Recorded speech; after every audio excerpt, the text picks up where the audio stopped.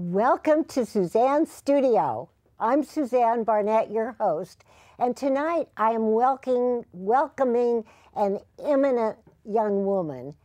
The young woman is Dr. Tracey Wilen-Daugenti. Tracey is, I can't even describe her because she has influenced thousands and thousands of women all over the world. So let's meet her. Tracey, thank you for being here. We had a show about a year or so ago. Yes, we did. And now you're even more famous, Tracey. You've written a book. Let's first tell about your book. Sure. Okay. Thank you. And thank you again for having me here, Suzanne. I always appreciate it. But Women Lead is a book that's been compiled by eight to 10 people on our research team. It's launching this month, February, and we're on tour starting in March. And our tour will be visiting many companies and cities around the United States to have a candid conversation about women in leadership. So thank you. Well, thank you for telling us about the book. And actually, I have been reading your book. I'm a little old right now, but my granddaughter will certainly enjoy it. Tell a bit about your background first before we get into some of the questions. Oh, sure. So I live in Silicon Valley. I live in Palo Alto. I've had a long history of working for Silicon Valley firms such as Apple, HP, and Cisco Systems. I'm also a visiting scholar at Stanford University, where I look at the impact of technology on society, work, and education. And over the years, I've written many books. This is my 10th. A majority of them were either on women in business and more recently on technology and education and work. Well, I just am so happy to have you here, and we have some questions that I think the audience are absolutely going to enjoy. Oh, and the first one is, what are the top 3 findings of your book? Sure. So we did 2 research studies. We combined them together and we came out with the book. There were many findings, but the key ones that I think are important to remember is that it's time for women to be leaders, and women want women as leaders, and that's a big shift in society. Number 2 is women are future problem solvers and negotiators. And number 3, women have pioneered the new career path that so many of us today really embrace. And that's moving from different points of life into different jobs and into different opportunities. Some people call it a lattice or a maze or a labyrinth. Okay, why are we seeing more female leaders in society and the workplace? And can we expect this trend to continue, that there are more women? Yes, you know, women are 50% of the workforce, so women are here. They're no longer a minority. And increasingly, we're seeing women in prominent roles in many kinds of industries, such as healthcare, education, women starting their own businesses, women leading in the nonprofit sector. And every day you hear about a new statistic about a woman, whether it's an increase in Congress, or more women in school than men, more women in graduate school than men. Women, race car driver, you know, women are breaking barriers every single day, and I believe this will increase and continue. What about their salaries? Are they still equal to men? I mean, are they going to be equal to men? So, salaries? you know, my philosophy on that, if you're looking in the corporate world, there's enough statistics out there to show the inequity between men and women in salaries. However, if you look at the entrepreneurial sector or the independent sector or the freelance sector, you can really control your own salary and your own income. And my encouragement for women is to think in terms of that. So for example, if you are working in a role, look up on salary.com, payscale.com. Salary is no longer a negotiation. It's a data point. It's you know, if you have the skills and experience, then you should be able to get paid for it. But there's many opportunities that women should look at to increase their finances and not just focus only on salary, but look at all of the opportunities. This is just an aside question. You were working for these big companies, Apple, Hewlett-Packard, et cetera. Why did you change your profession? Well, I, like many women today, and many actually younger generation today, really want to explore a lot of opportunities. When you're working in a firm, we often move to other firms to enhance our skills, make lateral moves, or increase our experiences so that we become more valuable in the market. Currently, you know, the opportunity to expand my research is of great interest to me because people tell me they benefit from it. And so it's another experience that I wanted to have. And I think a lot of people today want to have a full life with many touch points, whether it's be travel, writing books, teaching, working, freelancing, you name it. I mean, the options have increased dramatically. So you're obviously at the right age at the right time, right? Oh, I don't know. Yes, of course. We never know what the right age is and the right time. But you do so much. You do so much traveling and so forth. How did you ever have time to write 10 books, Tracey? Well, it takes time. I do interview a lot of people. That certainly helps. For this particular book, this was a team book, and I have to say it's one of our best books. That, you know, I see the value of crowdsourcing. I see the value of teamwork. I see the value of collected skills of expertise coming together, because this product has been so robust compared to some of the books that I've either done alone or with just a co-author. So probably you're going to keep doing this? Oh, yes. You're going to keep writing forever? Yeah. Well, I would love to be able to continue it. I think it's a very interesting opportunity to develop a platform to really speak to some of the issues that people are concerned about and deliver it in an easy-to-read methodology. And another question I'd like to ask, so many people, we're especially talking about women, but men too, but it's so difficult to get jobs. And we were talking about the baby boomers. They're just really in bad shape. How do you go about encouraging these women? Because you are, you know, it's a personal thing too. How do you deal with those ladies? Yes. Well, it's men and women. So, you know, the society has changed.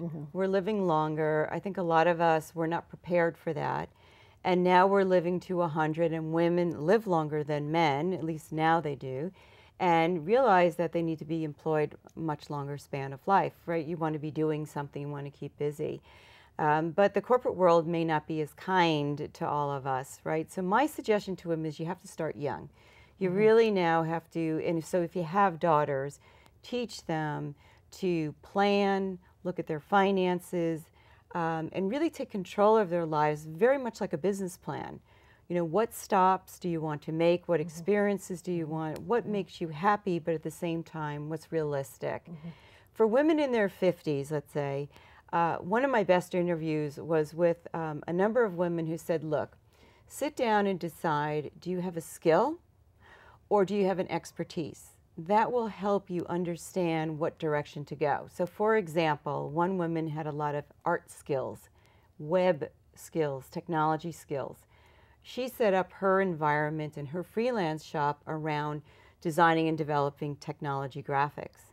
Another woman came from the corporate world, a little more like my background.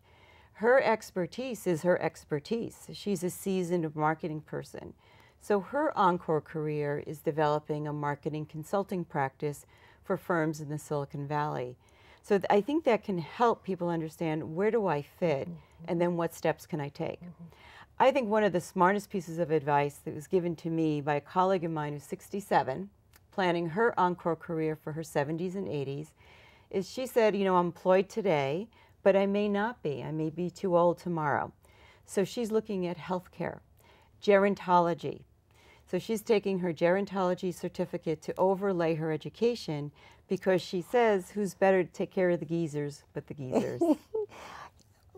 That is such good advice, Tracey. Yes, it really is. How do you get that across in your, you know, in what you do? How do you do that exactly? I'm asking. Sure. So one is, you know, the book is very easy to read, and we do put in a lot of graphics so people can see where the data comes from, and we actually put in the back the survey so people can understand the methodology we used.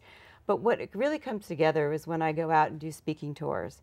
because I try to bring in, examples from TV and radio and multimedia to help explain to people how fast life has changed and how they can re-engage or continue to engage in this fast-paced life.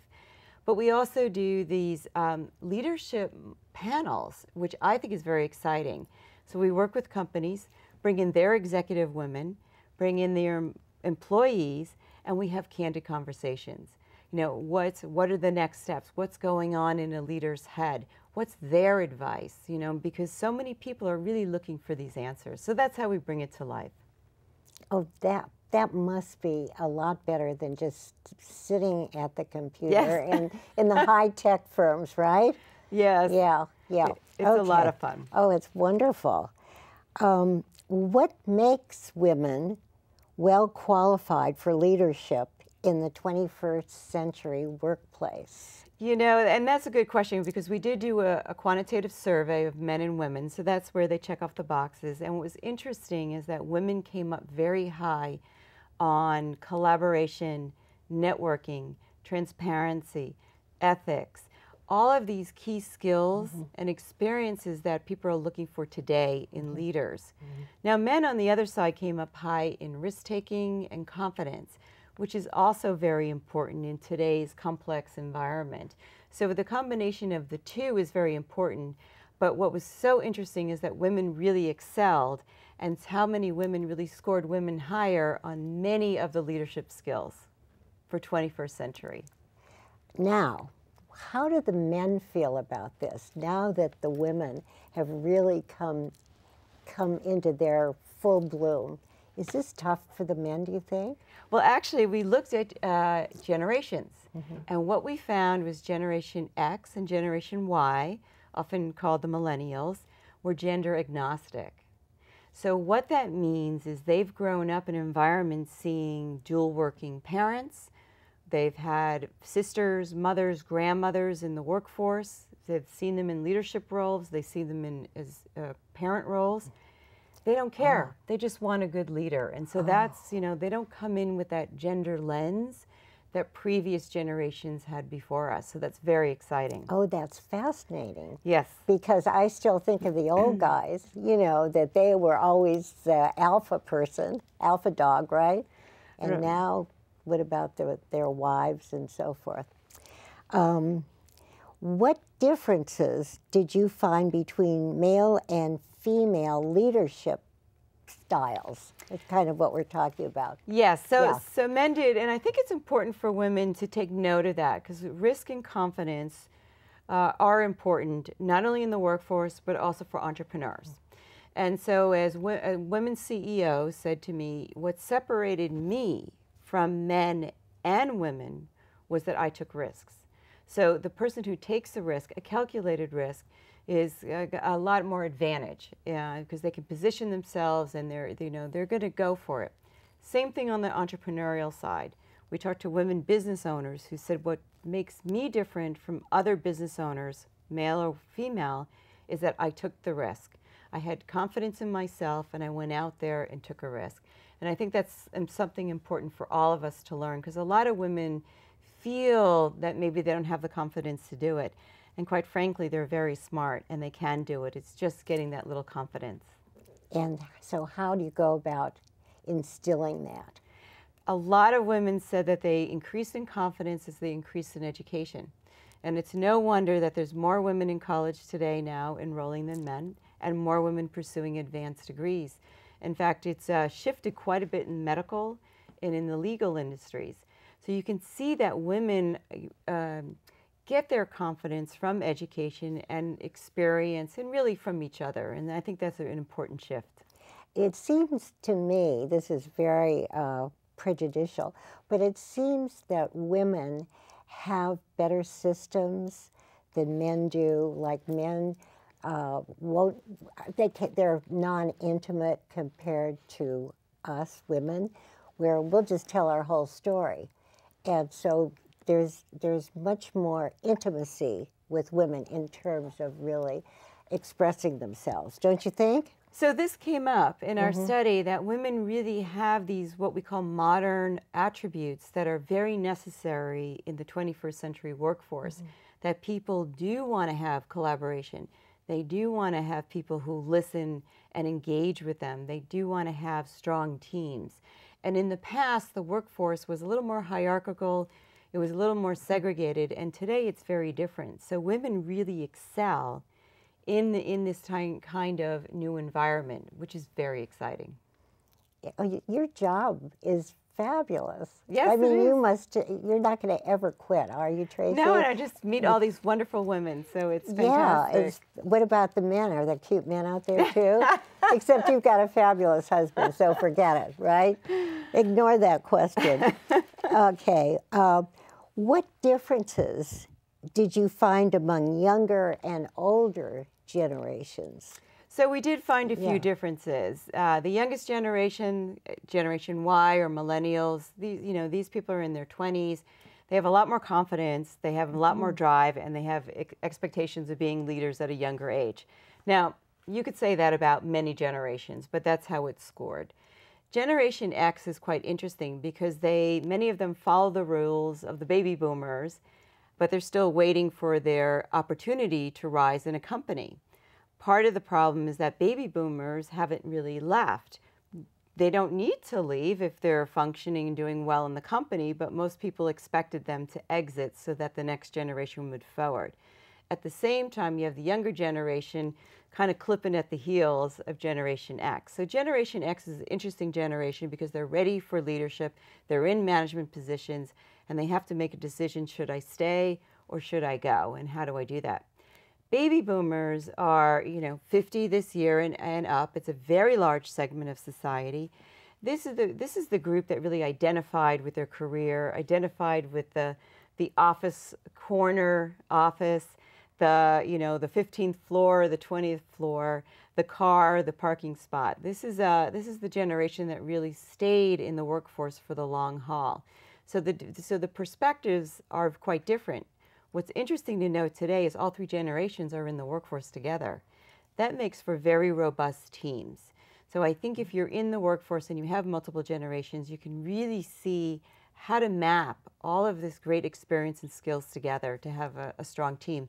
My team on the book here spans all of the generations, and it's very exciting. What are the ages? We range from Generation Y, millennials, all the way through boomers. So we have 20s, 30s, 40s, 50s. I'm not sure if we have 6. Yeah. Okay. How does leadership differ in various industries or sectors? So we did look at that. In general, every industry problem solving and complex team building and communication skills were top. So that, that's pretty much across all. But you might find some differences in like healthcare, where the ability to organize people and also interact with diverse populations, or in manufacturing, where organizing teams and having technical proficiency are important skills. So in all cases, communication and complex problem solving always came up as the most needed skills. And I think that's important to remember as a leader. Is the leader. Yeah. Yes. How are women's career paths different today from in the past? We've kind of covered that, but go over it, please. Well, women have pioneered this whole maze, labyrinth, lattice type of career path that the younger generation is really embracing. It's really not staying in one spot forever anymore. It's sitting back and saying, it's my life. I'm going to live to 100. I'm going to be working for 50 to 70 years. What do I want that life to look like? What kind of jobs, experiences would I like to have? Family, elder care, nonprofit, travel. What are all these pieces look like? And women are very adept at that because over the years, they've had to fit in all of these pieces. Well, today, people want these pieces because it makes for a much more fulfilling life. So women have really pioneered and led the way, and our children can see, oh, this is how they did it. And it's much more appealing for a younger generation. You'll hear about how people stay in jobs and change more frequently. I see. Now, here's another off-the-cuff question that came to me. As a woman gets older and she retires and she has nothing left in her life, all her life was about work, and she's very depressed. Do you ever work with that kind of person? Well, we've had women advise, right, on what it's like to move into an encore career and how to make networks and how to re-engage and how to get your technical skills up. And there's groups out there. So that's the good news. There are groups that specifically address people re-entering the workforce, encore careers, and we've talked to people who run these organizations so that women know you can reach out and find opportunities. Education, for example, the healthcare, for example, there's so many volunteer opportunities that can eventually turn into full-time. So you are addressing that? Yes, we do. It's called Encore Careers. Encore, meaning doing it again. Doing it again and again. And again, because I do think that, you know, the older generation of women, they don't want to learn the computer, you know, they're so worried about high-tech stuff. And their lives are they were so full, and now they're so empty. Yes, so many move into the nonprofit sector or in some sort of volunteer role to keep active, get to know people, build up skills, learn technologies integrated into work, and to be able to find the next path. What do you envision happening in your profession, what you're doing right now, in 10 years from now? I think I'll have a lot of different stops. You know, I think that's the career. I am living the modern career. 5 years in one location, I may anchor in another company for a little longer, a little less. But for me, it's really following, you know, your internal GPS. We talk about that. Where is it taking you? What do you do well? What do you enjoy? And then what do people appreciate? You know, how can you give back to society in some meaningful way and still make a living at it? So I don't know. I think I'll still be doing something like this and probably take it into a new direction. I'm sure you will. And speaking of your book, where may we find your book? Because I think your book absolutely, if I can read that book, you know, excuse me, I'm kind of past that, but I found it really very, very absolutely inspiring, truly. So where can we find your book, Tracey? Oh, well, thank you. The easiest place is Amazon.com. Okay. And again, the title? Women Lead. Women Lead. Yes. Not women led. No. No. That's spelled differently. So what we've just talked about, we just have a few minutes left. What could you re-emphasize to our audience? Well, I'll tell you a surprise that happened to me because I've been researching women for a very long time, and I used to ask women what influence their mothers had. And years ago, women would always point to the male figure as being their career guidance person because it was mostly men in the workforce. Today, when I ask women, and in the 200 interviews, the word mom came up 702 times. No. So if you think about it, that's almost 4 times per interview. So women have really embraced their mothers, their grandmothers, their sisters as role models. They embrace other women leaders as role models. And I think that's really important to understand that whether you're a mother or a sister or a female, women are looking at you, and they're looking at you for guidance, and now today they're getting it. And I thought that was the most exciting part. Oh, that is wonderful. That really is. Yes, it's a very nice Mother's Day gift. Yeah, it is. It makes the mothers feel better that they've anguished over their kids and their grandkids, and they're finally getting the accolades that they so well deserve. Right? Oh, they certainly do. Right? Well, you're coming back in a couple of months because we have so much else to talk about. Yeah. I just can't have you on the one show. And one other thing, you enjoy not the writing as much as tell about the other stuff that's so exciting for you too. Well, I love meeting the women who contribute to our studies. So I love interviewing women. I love finding out about their lives and asking their advice. And then my team really enjoyed putting together the book, which is not my greatest skill. Mine is actually going out and meeting people like you and communicating the results, whether it being speaking, radio, or TV. And that's what I really enjoy the most about it. And tell all the TV shows you've been on. Oh, we've had a lot of press. We've had CNN Yeah. and Fox and ABC and CBS. It's been very exciting. We've had a great run here. Well, I'm so honored that you'd be on our community access station, although we're on YouTube, so Yep. we have millions of people watching us, I'm sure. Don't you believe that? Yes. Well, Tracey, thank you again so much. I'll see you in a couple of months. Yes. And I thank our crew.